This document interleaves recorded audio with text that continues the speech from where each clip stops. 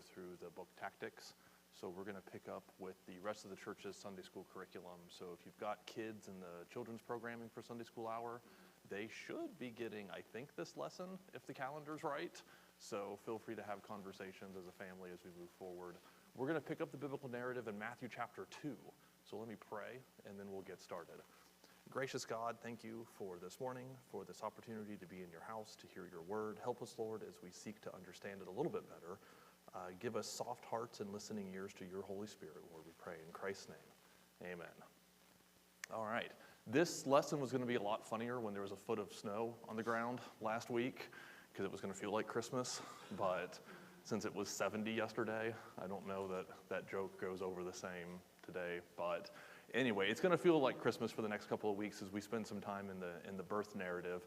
Today in Matthew chapter 2, we're going to see the visit of the three wise men. If you have older translations of the Bible, it might say three kings. We're going to learn a little bit about Christ's kingship this morning too. So let me ask you, let's do a little bit of word association with the word king. When I say king, what do you think of? Ruler. Okay. Crown.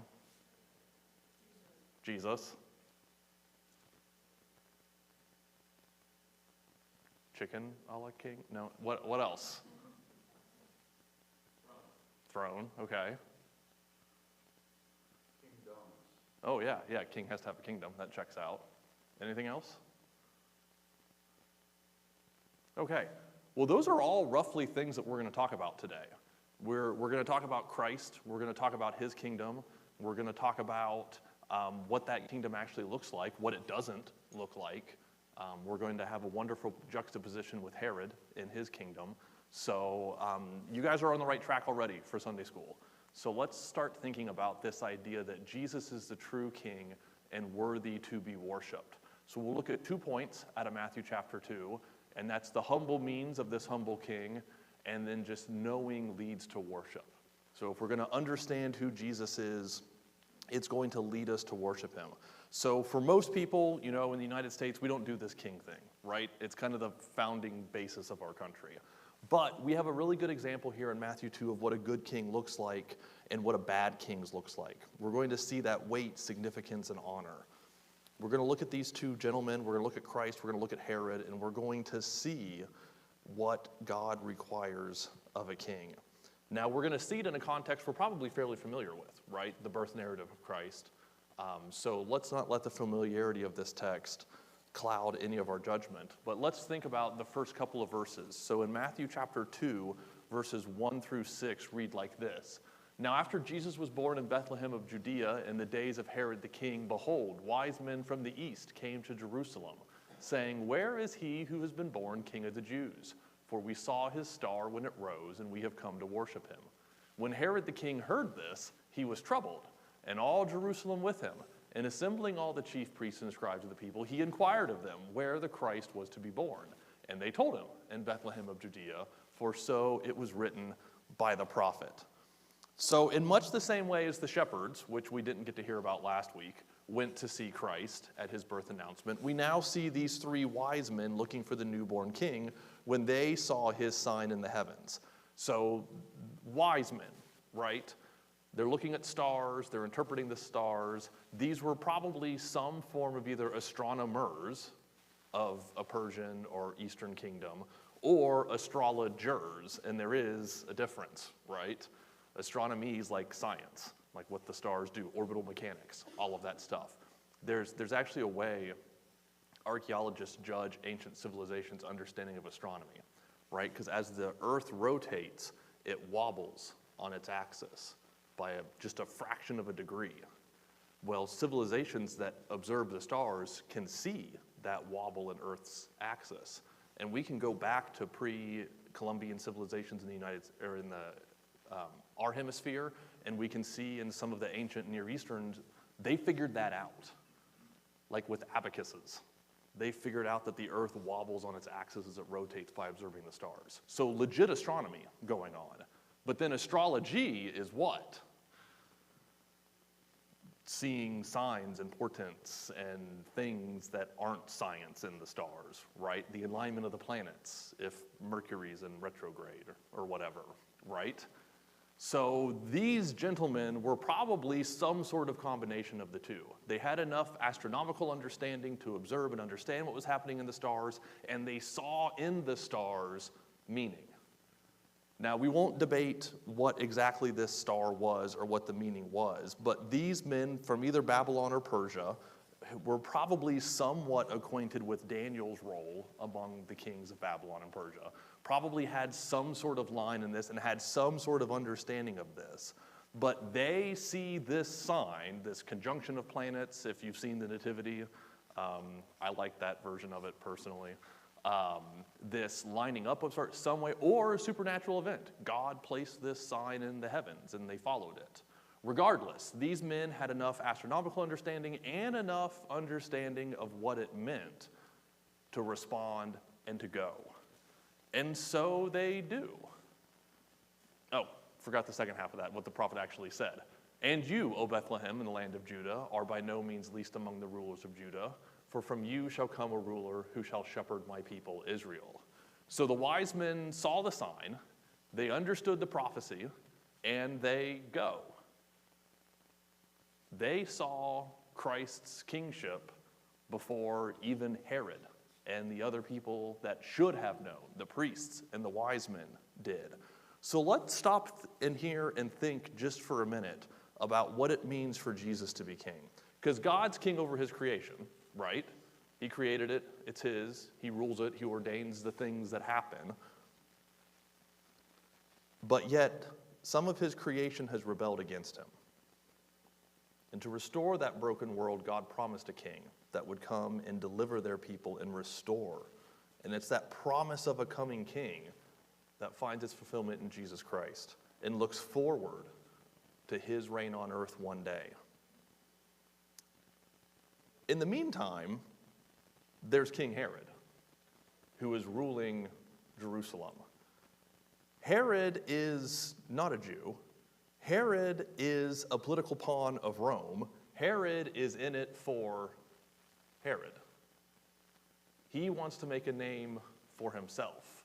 So somebody read for me real quick John 12, verses 33 through 37.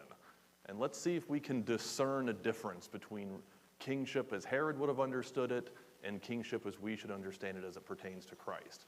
John 12, 33 to 37, somebody please. Just whoever gets there first.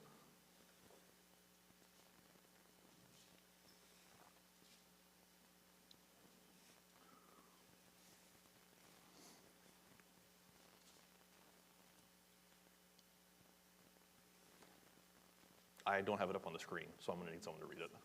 He said this to show by what kind of death he was going to die. So the crowd answered him, "We have heard from the law that Christ remains forever. How can you say the Son of Man must be lifted up? Who is the Son of Man?" So Jesus said to them, "The light is among you for a little while longer. Walk while you have the light, lest darkness overtake you. The one who walks in the darkness does not know what he is doing. While you have the light, blaze the light." So I meant John 18. Sorry. That's okay. No, that's my fault. I put the wrong. Yes, this should be Christ before Pilate. I mean, that's a good passage too, and we could talk about it, but we're. So Pilate entered his hypocrites again and called Jesus and said to them,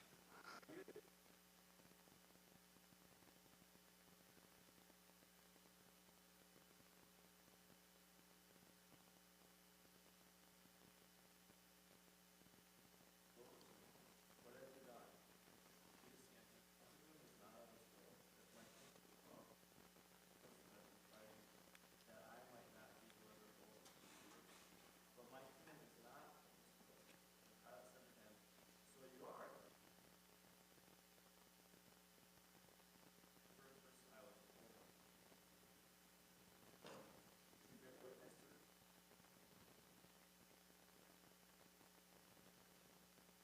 Somebody help me out here.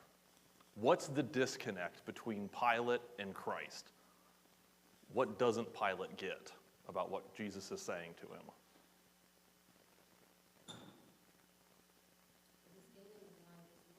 Yeah. Pilate thinks he's a king in the sense that Herod thinks he's a king. He rules over Judea on behalf of Rome. Pilate, the Roman governor, is like, that's kind of my job. That's why I'm here. So who are you to say that you're now king of these people? What's the other disconnect that Pilate has? He doesn't understand that Jesus isn't a king in that sense, but is there another sense that Pilate doesn't understand what Jesus is doing here on earth? We didn't read the end of that exchange, but what's Pilate's last question to Jesus? Yeah. Does Pilate even understand what Jesus is doing? I submit that he doesn't. So he doesn't understand that Jesus is a king, isn't a king in the sense that Pilate would understand Roman imperial authority as a king. And he doesn't understand that as a king, Jesus is here to serve his subjects, to deliver them, that Jesus' kingship is actually, in this sense, missional. He's here to serve a purpose, to do a thing. He's looking forward to a day, we're looking forward to a day when Christ comes back to reign here on the earth. But while Christ was here, he literally says, my kingdom is not of this place. It's ukethen, it's from another place. It's not here. He negatively tells him that it's not the way that you think that it is. So Herod is seeking to protect his throne. Micah, in his prophecy, says that Bethlehem, as this little do-nothing burg, is going to produce this wonderful king. And Matthew says that this king is the shepherd of his people. Would a Roman procurator understood what it meant to shepherd people? I don't really think so. They had one job, and it was to enforce Roman rule. Now, the Romans were generous sometimes, right? They let people keep their local religions. They let people keep their degree of local commerce, but only so far as it went to serve the Roman state. It was still inherently selfish. But yet, Christ now is coming to serve the people who are in active rebellion against him. How's Herod going to solve this problem of a new king? He's going to murder a bunch of babies. How is Rome going to solve a problem of an upstart king? They're going to crucify him. So when we see the world's understanding of what kingly authority looks like, I don't think it's the same servant that we're seeing Christ projected here. So when we think of Christ as king, yes, we can think of him as the ruler over all of this, but we also have to think of him as a servant. And this is the opposition in the text that we see between Christ's kingship and Herod's kingship. This should have been good news. Your servant king is here to deliver you from your sin. And Herod instead says, this is a threat to me and my earthly power. So let me ask you this. Why do some people not accept this good news of Jesus' kingship? We saw Herod's answer, right? I'm a king already. What about today? What might be an objection that you've heard or could imagine? Yeah, Jerry. It's my perception. Yeah, right? Again, like we kind of founded this country on we don't need no kings. So why would we need one now? You know, I can pull myself up by my own bootstraps. I'm in charge of my life. I don't need somebody else in my life telling me what to do. Yeah, we don't like the idea of an authority over us in general. What else? There's going to be a crossroad where you acknowledge it and you have to fall under that authority or just do your own thing because I don't want to accept it. So if you think it's real, there's got to be some conviction or something. Yeah, there's like an accountability to this truth, and there's going to be a judgment one day. Like again, that's not a thought that we inherently enjoy as a society, right?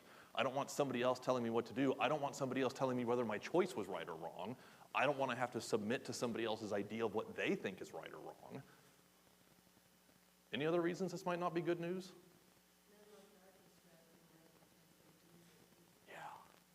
Yeah. If there really is some objective good out there, then maybe what I'm doing is not that great. And so I don't want that in my life so that I can continue to say that this is what is right by my own eyes. And I got to teach junior church after this, and we're going through the Judges. Like, what's the lesson of the 400 years of the Judges? Not that, right? Everybody did what was right in their own eyes, and it worked out fantastically. 0 issues. No, it was only issues ever. So yeah, there's no difference with today. So if Jesus really is all the things he says he is, what about being humble?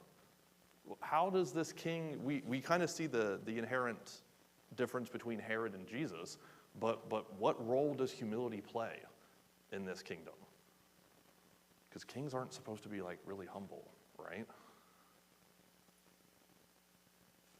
So why humility? Why make a big deal out of it? Yeah, Doreen. Yeah.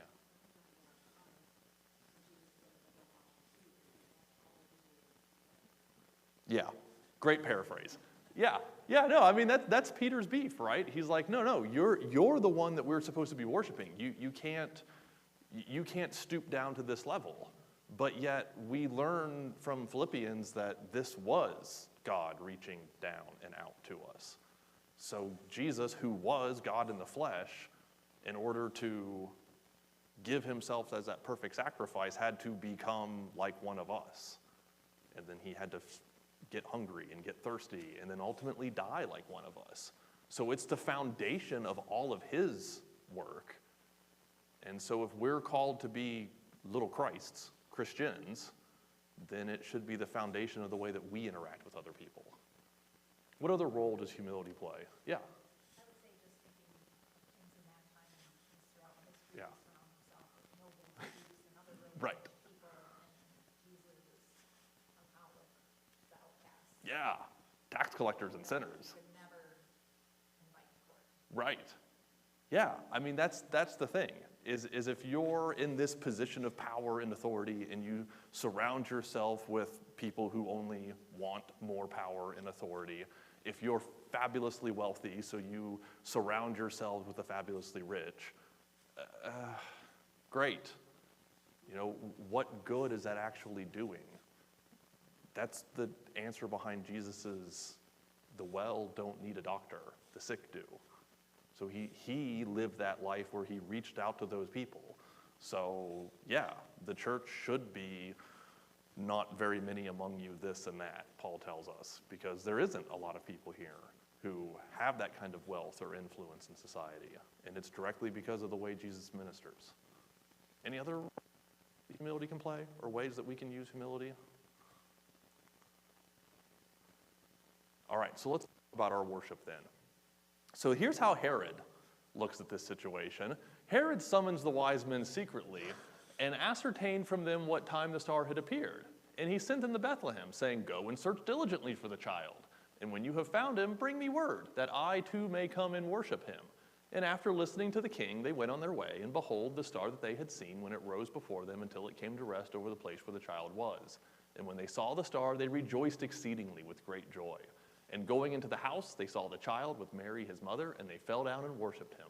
Then opening their treasure, they offered him gifts, gold, frankincense, and myrrh. And being warned in a dream not to return to Herod, they departed to their own country by another way. So at no point do we see these wise men worshiping Herod. They visit Herod, they eat with Herod, they ask questions, but that's about it. They kind of deferred to him as the ruler over Israel in the sense that they were asking him what's going on in his kingdom because they expected him to know. He didn't. But yet they never are recorded of giving him any gifts. They, in fact, do the exact opposite of what Herod told them to do. They willingly disobey them. So here we see the wise men, these strangers from another place, knowing that they had another king to come and worship. They weren't going to give to Herod anything that was due to the one true king. You know, the text doesn't tell us if they actually discerned everything that was in Herod's heart, if they knew that when he said he was going to come and worship him, they really meant murder. But being warned in a dream not to return to Herod, they were obedient, and they didn't. So I think they probably knew Herod's reputation for bloodthirstiness. They probably knew that he had killed wives and sons. They probably did, but they were obedient to the truth that they had, unlike Herod and his wise men. They had all the right answers, right? They knew where the king was supposed to be. They knew what they had to do. And yet, did they? No. They sent these men on their way to go do the thing. So what competes for our attention, devotion, and worship in our own lives? And you don't have to be introspective. You can point out flaws in other people.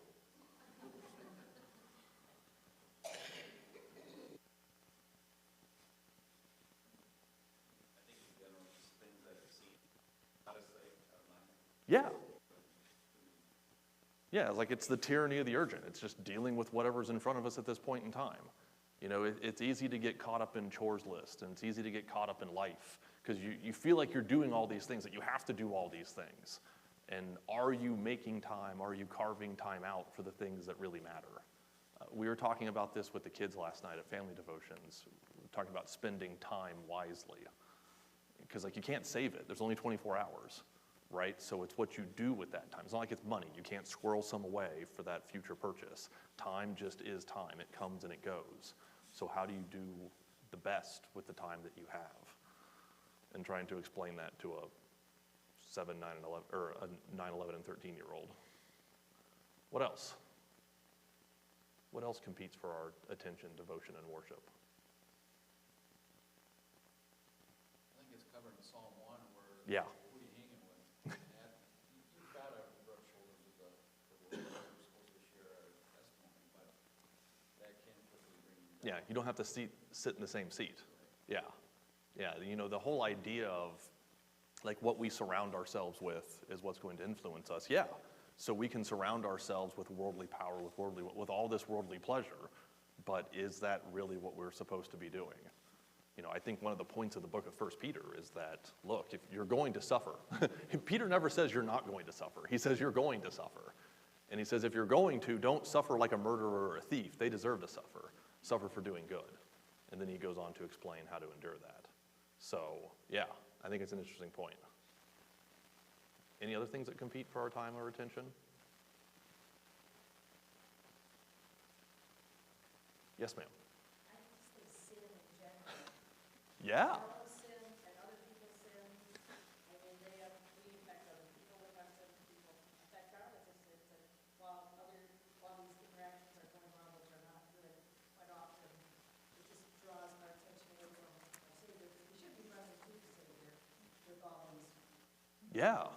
problems, but sometimes we just get distracted with things, well, that's not right, and how come this, and that's not even real, that's not right, but, you know, what Mhm. you think, you can have your own vain imaginations, and other people can have them also, and, Yeah. you know, these attacks that you can have from believers or unbelievers, you know, you just stay in your house and never talk to anyone, that's not the will of God, so you have to Right. interact with people, and then they have problems, you have problems, and sometimes that does distract from Yeah. us from the Lord. Yeah, I mean, we can get in our own way, right? We can become so focused on all these other things or what other people think about all these other things that we actually lose sight of both the solution to all these problems and our role in solving them. We're supposed to cast all of our cares on Jesus because we know he cares for us. So when we do these type of things, yeah, we shouldn't get in our own way. We should take all of these concerns to Christ. Yeah.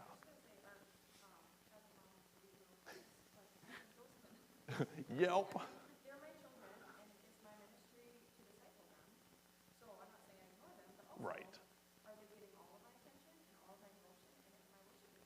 Yeah. To just be so consumed with my kids and making sure that they, have everything that possibly need or want, that can be Yeah, and it's a fundamentally good thing, right? Like we want to make sure our kids are fed 3 times-ish a day and clothed and have some, like those are all things that need to happen. Those are all good things to do, but it's that amount of attention and devotion. Where am I structuring my life around the things that I really need to be structuring my life around? You know, it's kind of nice going to church in Columbus and living in Watertown because when we had littles, that 40 minutes was the nap, right? Because we could put them in the car, they'd nap, and the problem was when they needed that longer than 40-minute nap because then they didn't get that. But, like, yeah, structuring your life around what's important. And are kids important? 100%. But is church and life group and interaction with your fellow believers important? Yeah, also true. All right, give me one more, and then we'll move on. Yes, ma'am. I think it also has to do with you spend your time with, okay, so like the Israelites, before they went to Egypt, were a whole different ballgame. Mm-hmm. And they spent so many years there that they became, accustomed to the lifestyle that was there, even though they still were themselves. But they couldn't worship God, and that's why Yeah. it took them to the wilderness to learn how to rely on Him Mm-hmm. and to worship Him correctly. Yeah, it still boggles my mind that 40 years of nothing but provision from God, right? That was the whole, yes, you disobeyed, so this generation doesn't get to enter the promised land. But I'm going to, even in your disobedience, provide every physical need for you for 40 years, so that when you come into this land, you're going to understand that I'm the one that's providing all of this for you. I'm going to go before you in the battles, and you're going to see that I'm the one that drives all these people out of the land. And they still don't get it. But yet here we are asking the same questions of ourselves, right? Where's our attention? Where's our focus? These wise men, and again, we're assuming 3 because there's 3 gifts. There could have been more or less. These wise men show up and they understand what the attention and focus has to be on. And it's a baby, right? It's a child in his mother's arms. This journey that they had gone on finally ends in a face-to-face encounter with Jesus Christ. They'd come all the way to Bethlehem so they could worship and give gifts to the king.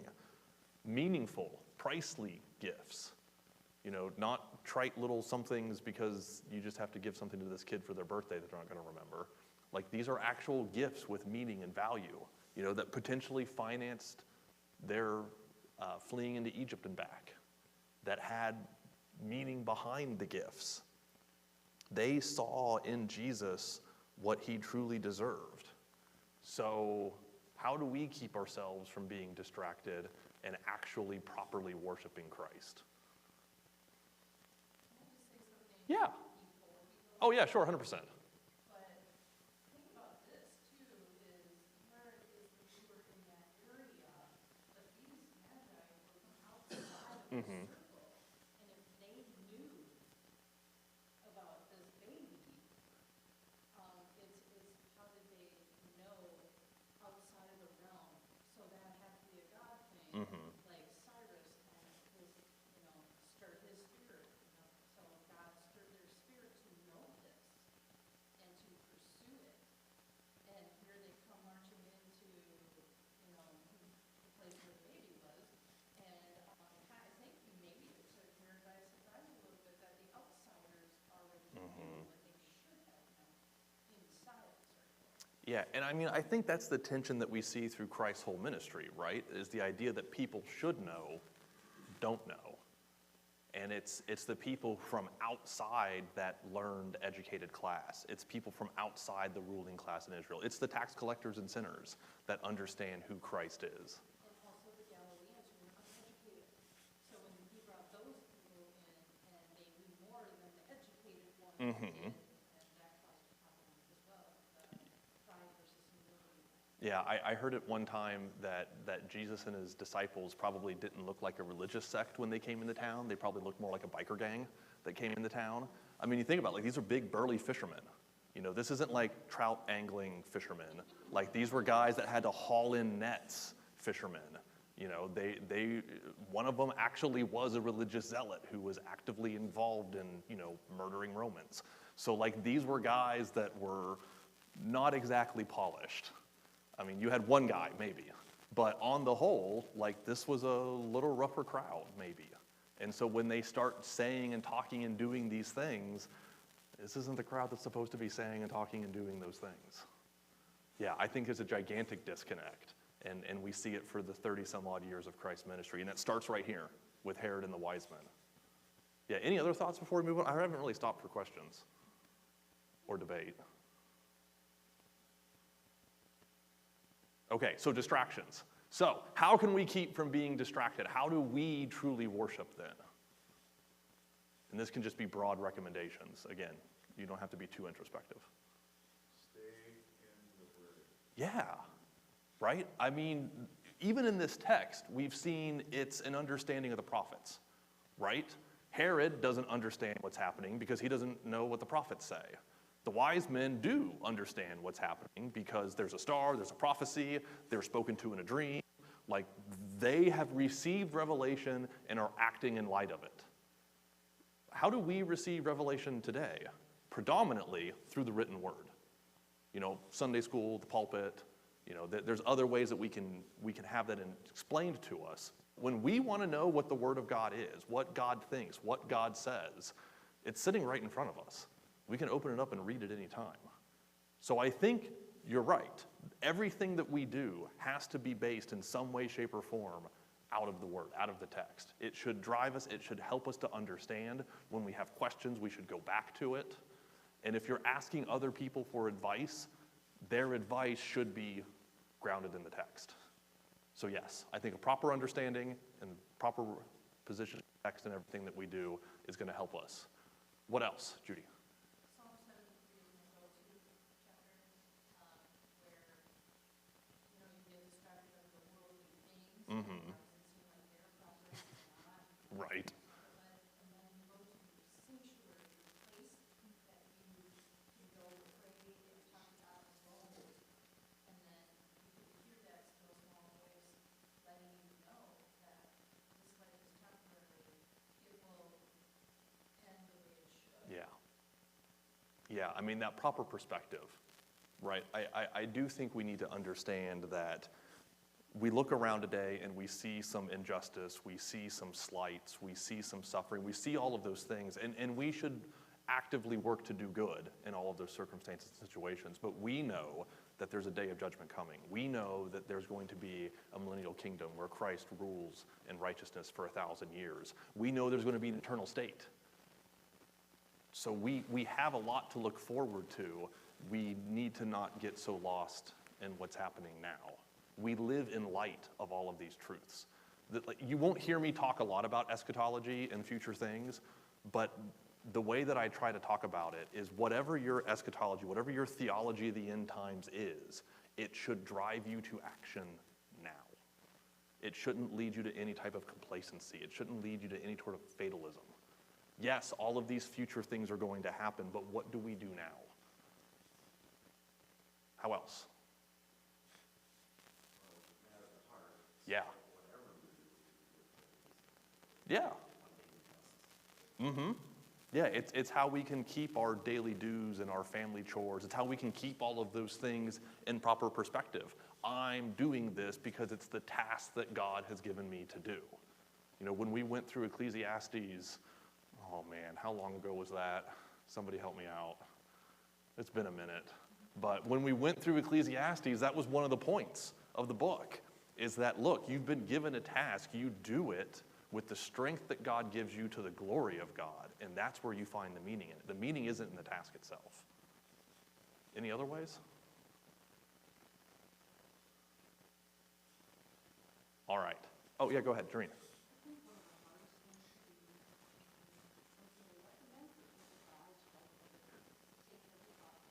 Sure. Yeah, it's in your head and your heart where all this stuff starts, right? And I think one of the things that we're allowed to feel feelings, we're allowed to have that thought, but then it's what you do with it, right? So if I'm sinned against and my knee-jerk reaction to it is anger, right? My next thought should be, okay, that's probably how God feels about me and he forgave me, so how can I forgive this person? It shouldn't be, how can I get this person? You know, I have that angry thought and then I start plotting. You know, that shouldn't be the thought process. We take that thought captive. When I'm sad, I'm allowed to be sad. There's tragedy in this world. I'll experience personal tragedy in my life. I can weep with those who weep and mourn with those who mourn. But then what? I think about the hope. I think about the encouragement. I think about the conduit of grace and mercy I can be because maybe I've suffered similar things. And now I can be a ministry to this person. Or if I'm the one suffering, I can turn it back around and say, I can find other people who are suffering now and be a blessing to them. Again, have those thoughts and feelings, but it's what you do with them. All right, any other thoughts before we move on? All right, we talked about grounding ourselves in the text. We talked about understanding some things. So let's actually do that for a minute. I've got 4 Old Testament passages up here on the screen. We're going to read these 4 Old Testament passages, and then we're going to find out where in Matthew 2 these passages are. So I need 4 volunteers, and I've given you all 4 so that you can read ahead. I need somebody to read Isaiah 60 verses 1 through 6, and then we'll talk about it for a second, and then the Numbers, Micah, and Ezekiel passage. So somebody real quick. Isaiah, thank you. Please.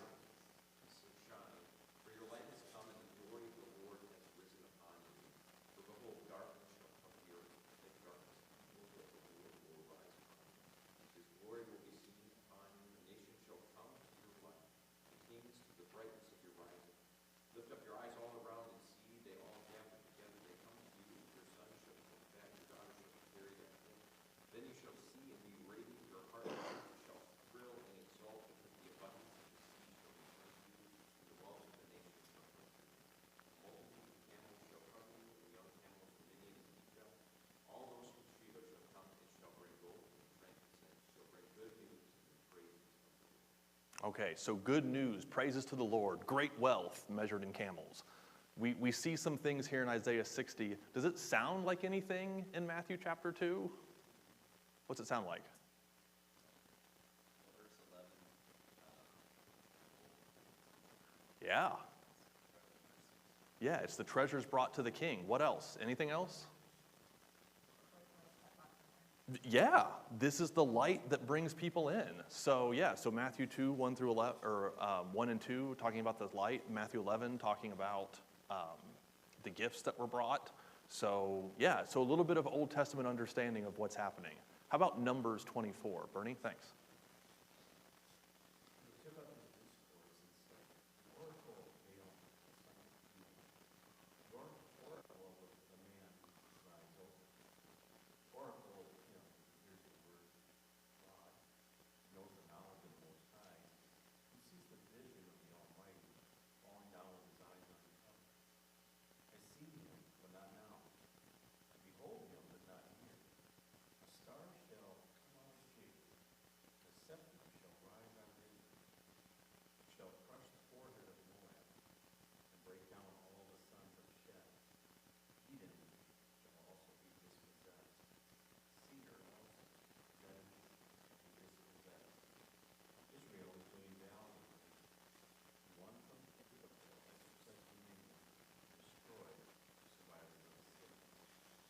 All right, help me out here. Where do we see this in Matthew chapter 2? Do we see it at all? I mean, I submit that we do, but.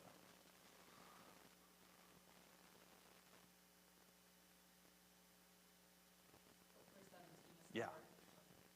Yeah, I mean, clearly we see the star imagery again. This idea that that's going to lead you to the king, that the king's going to come and do the things. He's going to do things that a king does, right? He's going to judge these heathen nations. He's going to support his people. All right, what else? What about all this oracle and prophecy stuff? Is there a parallel there with our thought in Matthew 2? Maybe somebody who heard and understood?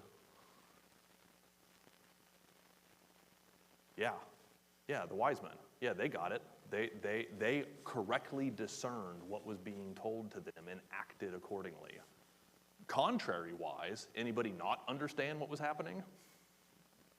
Yeah, kind of Herod, probably his priests. They might have mechanically knew what was happening, but they didn't have a worshipful reaction to it. All right, how about Micah 5, 1 through 6? Okay, thanks.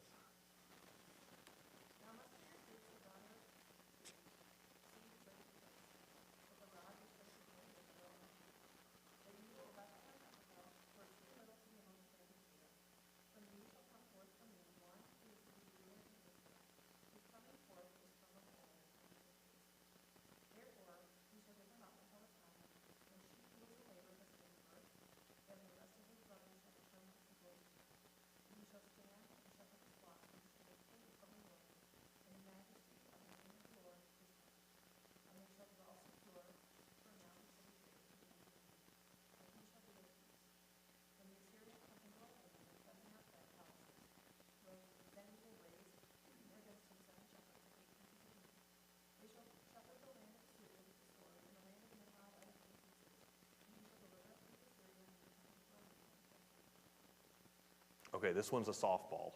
All right. What's the connection to Matthew 2 out of this passage? And all God's people said, Bethlehem. So, yeah, this is the actual Old Testament quotation of the Bethlehem passage. Now, it goes on. It talks a little bit more about that kingship looks like and what's it look like. It looks like that perfect rule and righteousness. It looks like rest in the land. Now, we know that that's not exactly what happened during Christ's ministry here on earth. But again, we look forward to that day. All right, one more. Ezekiel 34.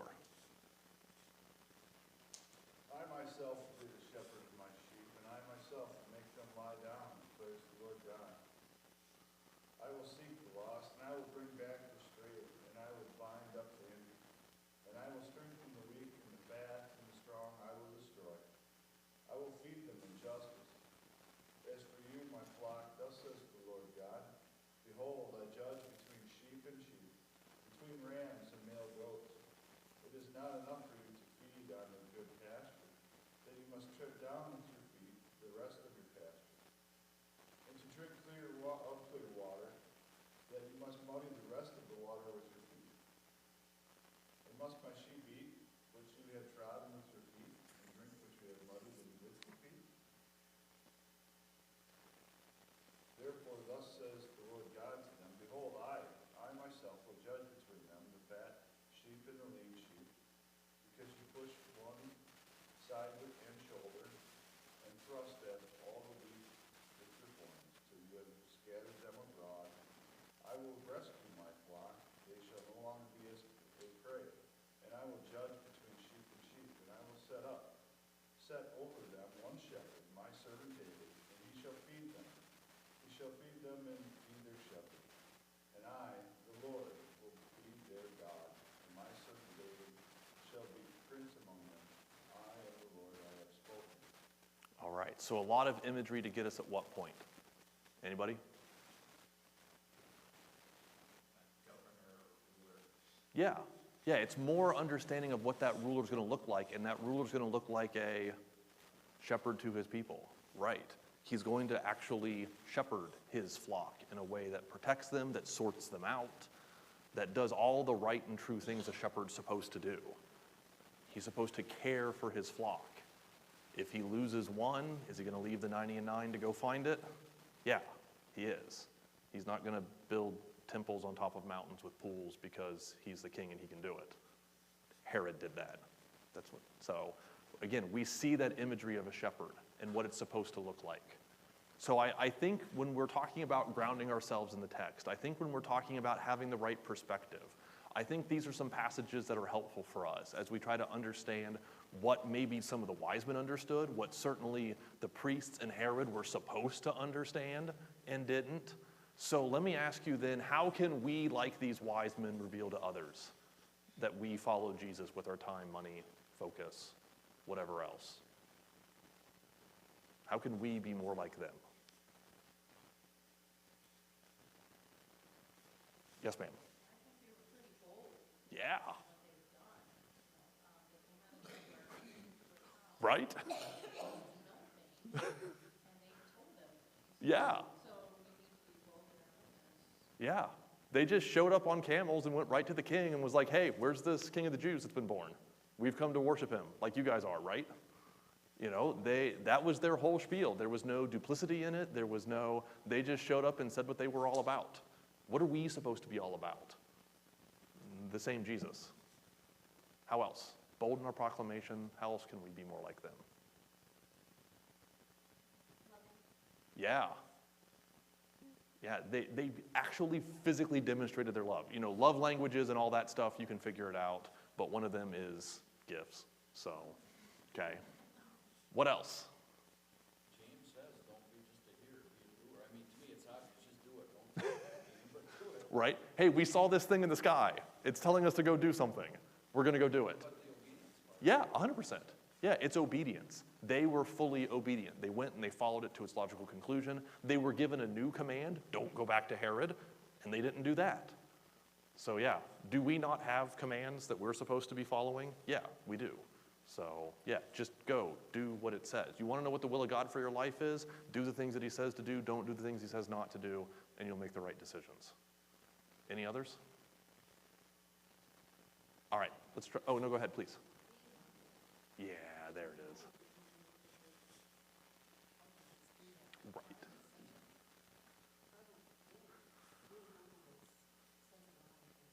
Yeah, it does. I mean, I think especially for us, I think this is one of the struggles we as American Christians have. Not that other people haven't struggled with it, but like pride of place, pride of position. Like it's something, especially when you win all 3 gold medals at the Winter Olympics for hockey, like it's really hard not to like rub that in Canada's face. So like, how do we show that we're not the most important person in the room? How do we show that it doesn't revolve around us? Well, as Christians, we have the wonderful opportunity to say that it revolves around Jesus Christ. You know, hey, thank you for doing this. Well, it was the Lord that let me do this. Hey, you're really good at this. I've been blessed to do this. You know, there's ways to have conversations about it, and I think the humility that we see in the kings and the false humility we see in Herod, I think is a wonderful example. So let's try to wrap this up real quick. So how does prophecy bolster our faith? Well, it's the basis of our faith, right? All these Old Testament passages said the things were going to happen. Those things happened. Hey, guess what? There's still some things out there that hasn't happened yet. So does that mean that it's not going to happen? No. It just means that it hasn't happened yet, and we can have faith that it will. What are we keeping back from Jesus? You know, these people freely gave everything that they had. I mean, they traveled all the way across the Arabian Peninsula on camels to go see a baby. Like, I've got a new niece in West Virginia that I haven't gone and seen yet. And it's like, I'm actually from West Virginia. I could just go there. But, you know, time. Yeah, what else? Yes, that is true. I should just get on my camel and go. Yeah, I mean, it's priorities, right? It's what are we making time for in our life? Are we making time for church? Thank you all for coming to Sunday school. Are we making time for life group? Are we making time for interaction with believers outside of the 4 walls of this building? You know, where's our priorities? And then what can we give to God today as an act of worship? So I'm going to let you ponder this one. I'm not going to ask for a response here. So think about it today as you go through your day. Think about it tomorrow when you're not in church. What's my act of worship today? Be purposeful about it. All right, let me pray, and then if you have any questions or comments, you can stop me after class. Gracious God, thank you for your word that is both predictive prophecy and also fulfilled prophecy that shows us that you are the King of the universe, that you are in charge, and we are your humble servants. Help us to have faith that your Son, Jesus Christ, is the Good Shepherd. Help us boldness to proclaim that message to people who are outside that flock. And help us, Lord, to be purposeful in the things that we do this week to show you the proper honor and reverence that you deserve, Christ the proper honor and reverence he deserves, and others, that we're not better than them. And so we ask all of these